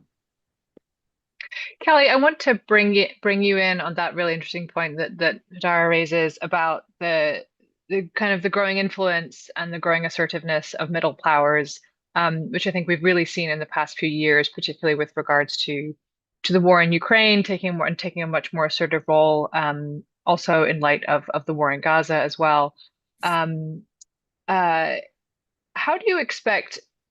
does the schools of thought, and there were kind of Republican schools of thought that will be informing a second Trump administration's foreign policy. How does this new reality fit in with those school of thoughts? Like, has there been much thinking done on this? How do you kind of see them handling this at both a kind of the philosophical level about what this means for US power, but also just in practical terms on navigating this? Great question. I would say that the primacist part of his administration will not really see the rise of middle powers as significant, because there's a little bit of a denial aspect to the primacist of thinking that the world is still very much the United States being the most powerful nation and can kind of dictate terms. And to the extent they're thinking about any other power, it's really China. So if anything, they see it maybe moving towards bipolarity. That's what they're worried about. So I think they actually underestimate the importance of these middle powers. Where I'm the most concerned about actually this playing out is in Southeast Asia. Southeast Asia is enormously important for the reasons mentioned, because of rising middle powers and its influence. It's also really important because of its geography, especially as we're thinking about US military position in the region. The second island chain is very important because it's close enough, but not right in the heart of teeth of Chinese missiles. And unfortunately, in his last administration, he really neglected Southeast Asia. He attended one ASEAN summit, did not send a cabinet level official to attend other summits, did not appoint an ambassador to ASEAN. And part of this is that he doesn't like working in these multilateral frameworks. So he prefers these bilateral relations. The problem, though, is that the region in Southeast Asia has what they call the ASEAN way. They like to work in this multilateral setting. And so the idea that the United States can dictate the way we interact with the region, I think, is really problematic and diminishes our power and influence, whereas we need to actually plug in to these kind of forums. What I would say is that the real irony, too, is that his transactional approach, I actually think, would work really well in Southeast Asia, because these countries themselves are very transactional. In fact, he might even find it a little challenging with countries like Indonesia and Vietnam that know how to do this well. And so it would actually be the place that he could actually potentially be the most successful with transactional policy, but he'll be the least likely to actually engage it. And I expect what we'll see is China continues to make further inroads in Southeast Asia. Bob, you wanted to hop in on this one? Yeah, I agree with what Kelly's saying. I think the problem is really since the end of the Cold War, the U.S. has been unwilling to address the reality of the limits of its power. And this is partly a result of the success of globalization, right? After the Cold War, you had this explosion economically and the global middle class arising in places like Brazil, India, China, and elsewhere. And so that gets to the middle powers having a larger role. And that's something the U.S., and this has certainly been true of the Biden administration also, have been unwilling to accept the limits of and try to figure out how the U.S., I think there's still an appetite for U.S. leadership, but I think it has to figure out how to enfranchise these middle powers. And so far, I think we're losing the battle to China. If you look at China's trade with the global South is now larger than its entire trade with the U.S., Europe, and in the G7. And so I think that trend may continue.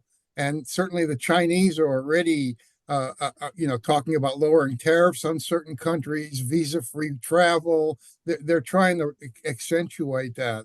So I think that's a real issue to watch, because I think that a lot of the things they want to do, as Kelly pointed out, if they want to go after China, they're going to need allies and partners in Asia. Otherwise, it's not going to work.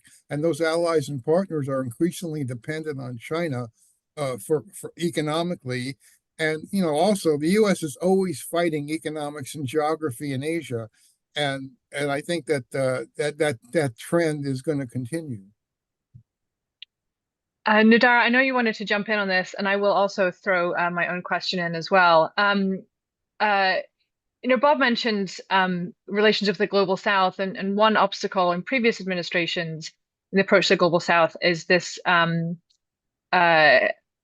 has been human rights often, and democracy, and I suppose I shouldn't use the word obstacle, but it has been part of U.S. messaging to these parts of the world to make progress on anti-corruption reforms and democracy and human rights in their kind of multifaceted engagements with these countries. That is not something that Trump put at the heart of his foreign policy. It's not something I think we expect him to prioritize. Is that then, in a way, an opportunity for him to potentially strengthen ties with countries in the Global South? Just what's your take on that? It's interesting because I think what we saw in 64 elections took place this year, right? Most of the developed world, quote unquote, elections kind of moved a little bit further right, whereas a lot of the elections in the South moved a little bit further left, which I think was sort of an interesting thing that has meant that what Trump is coming into now in terms of his relationships with the Global South is very different than what Trump had with his relationships with the Global South in his previous presidency. One of the key countries to think about when talking Global South, at least over the next year, is Brazil. They will be hosting the G20, they will be hosting the COP, and they will be hosting the BRICS presidency coming off of Russia. So, what Lula's administration is thinking in relation to Trump is going to be very important for setting the scene for his administration's relationship with many Global South countries. And yeah, I mean, Lula's already been quite vocal about this, and we know that his administration's policies have been about taxing the rich. I mean, this is something that they've pushed for in G20, in BRICS. They're pushing for in a lot of the climate conversations as well. How and whether Trump approaches that, because the people that gained the most from the Trump administration immediately or the election of Trump immediately were the super rich. I think so that will be an interesting negotiation that pans out in many fora. Brazil also has been a huge climate champion. So they've been very vocal about carbon markets. Which I should say, carbon markets, as long as the World Bank is the one kind of thinking about that, I think will be somewhat incubated from like the demolition derby. But I do think that the financing question is interesting as well. And they've been, they've been very vocal about their deforestation aims, their kind of global using the Amazon as a resource for the country first in the Amazon region first, but then potentially globally. And so again, I think if we go back to Kelly's analysis that he's going to be quite transactional about it, I think that Trump has incentives to play ball with Brazil. And so that could, it might not be as bad as we think it's going to be, is what I'm sort of hinting to there. But equally with the region as a whole, I mean, there's growing influence of China in the region. China was a direct contributor to 9% of the overseas foreign direct investment in Latin America, including Venezuela, Cuba. And I think a Trump administration opens up potential negotiations with countries that have more authoritarian approaches to their governance regimes. And yeah, I think like the value-based diplomacy versus the very realistic opportunistic diplomacy will definitely have different impacts on the global South. The financing question is going to be big, though, in terms of relationships with the global South.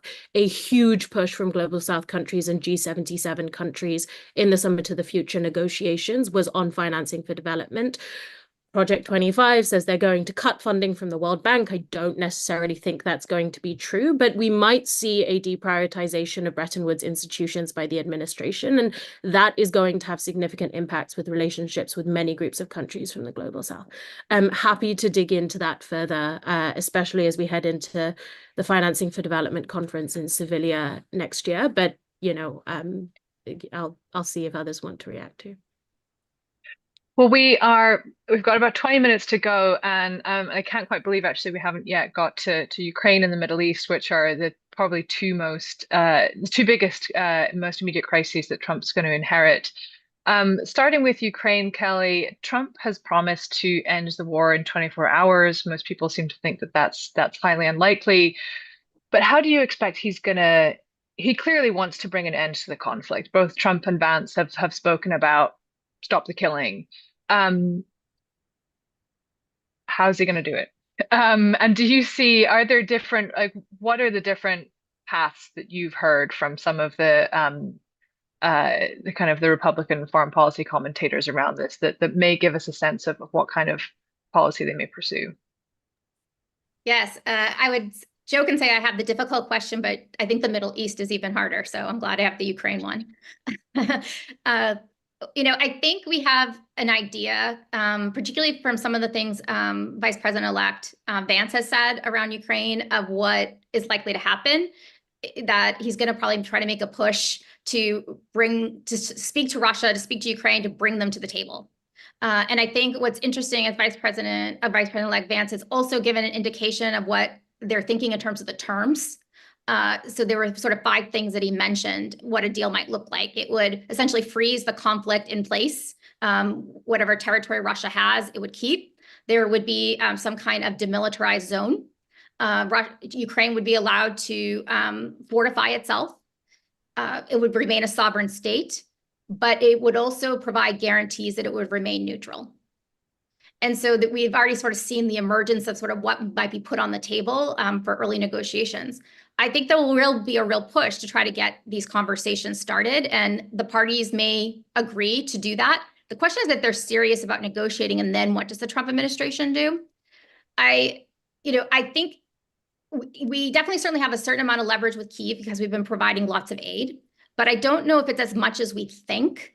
Because Zelensky has to sell this kind of deal to his population.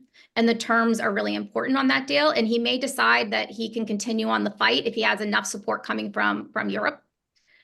There's also, I think, the question of whether Putin wants actually a peace deal right now. He's winning on the battlefield. They've taken more territory recently than they have since, any time since the initial invasion in 2022. And he's also found these creative ways to avoid paying domestic costs, like bringing in North Korean forces. So whether he thinks it's in his interest to really cut a deal, I think is the open question. If this doesn't work, then there are 2 options that we've heard floated. One is that the U.S. just basically says, we're done. We're not providing any more aid, and it's Ukraine's fate now. If Europe wants to step up and support them, let them have it. The other, I think, is the peace through strength option, which is the idea that we would actually supply Ukraine, maybe take off some of the limits around using long-range strike and things like that, to try to get them in a better position on the battlefield and then be able to negotiate. Waltz, for example, wrote a piece kind of outlining that kind of strategy.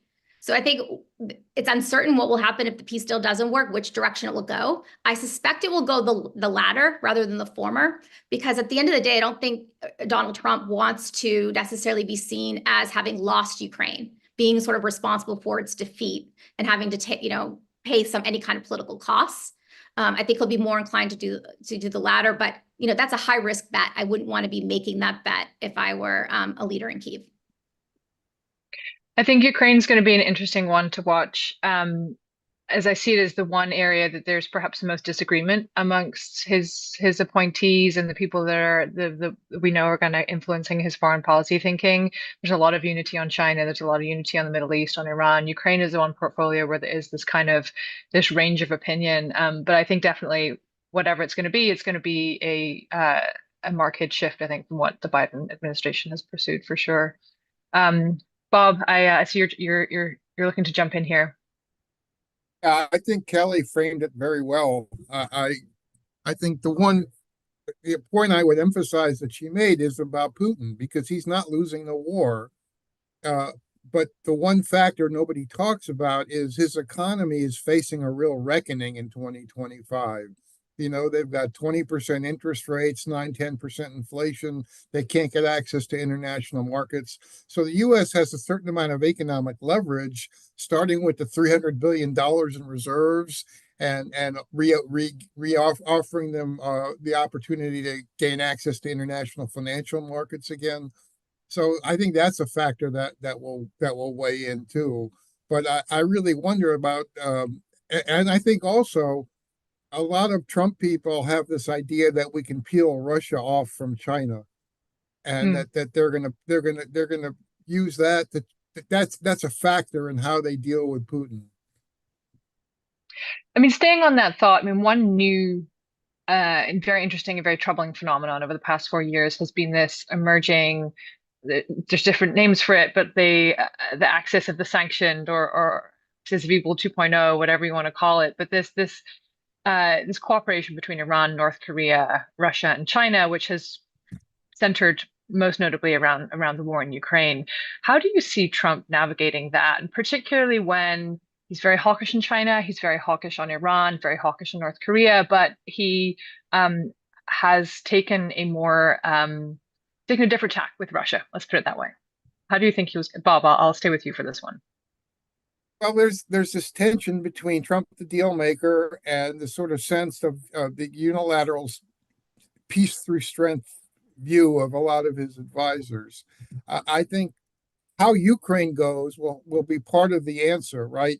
If Ukraine is resolved, I think the relationship between Russia and North Korea and Iran will look very different, and so it will be less of an issue. But I also don't see how, and I think another on Iran. I think Iran is really at a crossroads that it either will, they've suffered their huge losses in terms of their strategy of relying on their proxies are not going to be able to do what they wanted them to do, and that's sort of the foundation of their strategy. And so they're in a moment of weakness, and there's a debate in Iran. I think that the question is, do they get nukes, or do they have détente with the United States? And I think Trump will be tempted to test that, and so will I think some Iranians may also. So it'll be interesting to see how that plays out. I can't say I'm optimistic, because I think that. Iran and Russia have both made their resistance or opposition to the West as an organizing principle of the legitimacy of their whole regime. So you're drawing us into the Middle East with that comment, Bob. So we'll stay there. On Iran, for us in the press, one of the hard things about covering Trump is he will sometimes say different things, or there is degrees of difference to what he says. And one in particular has been on Iran. Sometimes he takes an extraordinarily hawkish line, but then in early September, in a press conference in New York, he said that he was open to talking to the Iranians again. How do you see a through line in that? Kelly, I know you said this was going to be the hard question, but I think you can handle it. How do you see Trump? Is there a through line there? Do you think he actually is serious when he says he would be willing to talk to the Iranians? And how does that also factor with the new president in Iran, to the extent that he has much influence over foreign policy? Yes. I hate to say this, but I think we're doing Rocket Man 2.0 with Iran. Essentially, if you think back to the last administration, it was sort of all this tough language. A lot of it at the time was on Twitter of making threats, but it was ultimately more sort of a setting the stage for him to then offer negotiations to try to get a deal. And I think something similar is probably happening right now in terms of his thinking with Iran, which is why he floated the carrot of being open to talks. Because again, he wants that Nobel Prize. And so this would certainly be, of interest to him if he could cut a deal. I would just say that the one thing that I think is concerning with Iran, again, is these are high stakes gambles. These are like, we're walking on a high wire here trying to do this. And while unpredictability is something, and these contradictions are something that he sees as an advantage on the world stage, this is a very, volatile situation in the Middle East, and generally unpredictability increases uncertainty for other actors. And that kind of uncertainty increases opportunities for miscalculation, for questioning US credibility. And so I think it's going to be his approach, this sort of uncertain, more uncertain, more contradictory, more flexible, contradictory approach is actually going to be harder for him to pull off successfully right now, given the way the world is, because it's much more conflict prone. And so I'm not particularly optimistic about him being able to get a deal with Iran. And in part of that also is bringing up the Israel part, and perhaps Bob will want to talk to that. But that's going to be a huge factor, right? Is that many of the people coming into the administration are very hawkish on Israel. There's a complicated relationship there between Trump and Netanyahu. But will they pull back that instinct again to try to make a deal with Iran? Bob, do you want to come in on the Israel question? I mean, this is another war. Yes, of course. I think you have to remember it was Biden's Middle East strategy was the Saudi-Israeli normalization, right? And that's basically an extension of the Abraham Accords that Trump did. And I think that's still generally his approach to the Middle East. The problem is that the war that Israel's fighting on several fronts, and to a certain extent winning, is emboldening them. So you just saw yesterday one of Netanyahu's cabinet members saying it's time to annex the West Bank, and so I think there's a trend in Netanyahu's cabinet that they want to annex, the West Bank and Gaza, and have Jared Kushner build beachfront condos in Gaza and all that sort of thing, and that.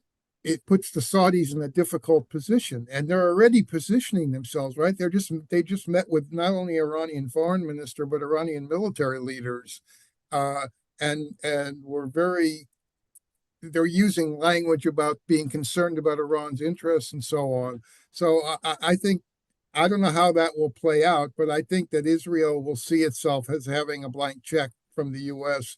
for whatever it wants to do, and that will create some contradictions in Trump's Middle East plans. Jara, I know you wanted to come in on this, and I also want to get your thoughts on what Trump's election now means for the future of UNRWA, because Israel has, of course, passed a law to revoke its ability to work, and Trump previously withdrew funding to the agency. What does this mean for the future of UNRWA?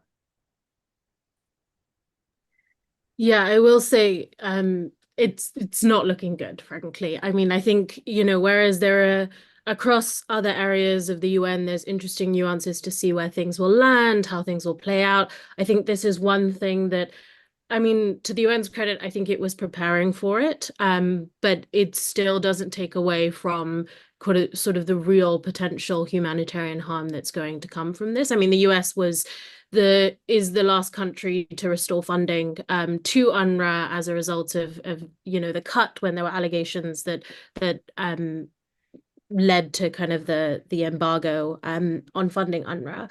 And I think that it's almost certain with the appointment of Stefanik that funding is not going to be restored. She's been very sort of vocal about her stances on Israel and Palestine, including saying, there's been a push by certain countries at the UN to suspend certain rights, voting rights with Israel, and that's something that I don't think is going to get picked up as part of the ongoing conversation, especially with the US as a P5 pushing back on certain pieces of that. So look, I think again, this is where looking to middle power countries is going to probably be the serious best option for the UN. It's worth kind of noting that in the peacekeeping field, the two countries that contribute the most boots on the ground for the United Nations are India and China. So I think they will be countries that the UN does turn to help kind of move funding into UNRWA. It's going to be interesting, I think, to see how civil society responds to it, because relief and coordination has also been something that civil society plays an active role in the region. Where we'll see more difficulty is in threats there as a result of civil society. I think it'll be interesting to see how US civil society that's been engaged in relief and coordination in the issue responds and reacts to the Trump administration. And yeah, I do think that hopefully there's going to be some room for some kind of negotiation there, but I do think it's maybe one of the things where I find it difficult to be optimistic about the future of UNRWA at this stage. I think it will really need to bank on other international allies to come in and help bolster its support systems. So we have about 5 minutes to go, and I want to end with a little bit of a wild card question to you all. And I'll start with Bob. I know you've, with your background at ODNI, I'm curious in your thoughts on this, but one of the things that have come to define Biden's foreign policy that have certainly dominated my work as a journalist, and headlines over the past 4 years have largely been unexpected crises. The unexpectedly fast collapse of the Afghan government and the US withdrawal in 2021, the Russian invasion of Ukraine, the Hamas attacks on Israel, and the ensuing war. These were crises where, in some ways, the IC did not see these coming, and they did a fantastic job with foreseeing the Russian invasion of Ukraine, the Hamas attacks, the collapse of the Afghan government. This was something that was not seen, and there was a lot of the foreign policy has been dominated by responding to world events, by responding to crises. I'm curious how you, based on what we know about Trump and the incoming administration, how do you think they would handle, seen as it's becoming an almost annual event, some kind of major, unexpected, unforeseen global crisis like the ones we've seen? Well, I guess the word that comes to mind is messy. But let me say this. I think there's things we haven't talked about that we're in the middle of putting together our annual 10 Risks, which your magazine will be publishing.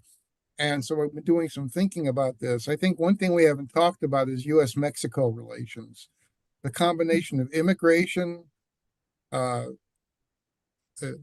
Republican talking about sending the military to blow up drug labs, and also the fact that USMCA trade agreement comes up for renewal in 2026. So all that is quite, and you have a very prominent left-wing government in Mexico. So all that is very combustible. Another thing to watch for, and it'll be interesting because this cuts across a number of issues, is the possibility of collapsing. They're very close Bob, to your it now. your line cut out, at least for me, and what was that last line? I said one thing to watch is the possibility of Cuba collapsing. That may be a crisis. We've already had 1 million Cubans leaving over the last 2 or 3 years. If that happens, that's going to cause huge immigration issues and huge political focus on what comes next after communism in Cuba. And I don't know how they'll handle that, but That's something I wouldn't be surprised if happened. You also have a number of fragile and failing states. Sudan, the crisis is going to worsen. Pakistan is in a very difficult situation. So those are the things that the sort of known unknowns, so to speak, that and I think that I think it's going to be very difficult to react, particularly because what Trump is about is this it's always mistakenly called isolationism. I really call it unilateralism, sort of a 1991 mindset of American power. And so that limits and the anti-China and so on, I think it limits the possibilities of global cooperation, on at a time when the planet is heating. We have the risks of nuclear proliferation are growing and so on. And the economy is very fragile. And at a time when a lot of analysts are saying they need to beef up the World Bank and the IMF funding to stabilize a lot of countries in the global south, they're going to be pulling back. So those are the things you have to think about.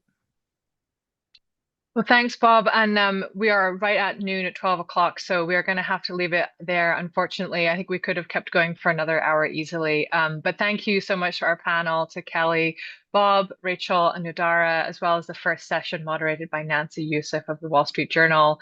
As Rachel noted at the outset, this event has been recorded and is available online at stimson.org/events. Thank you all for joining us and for tuning in today, and have a wonderful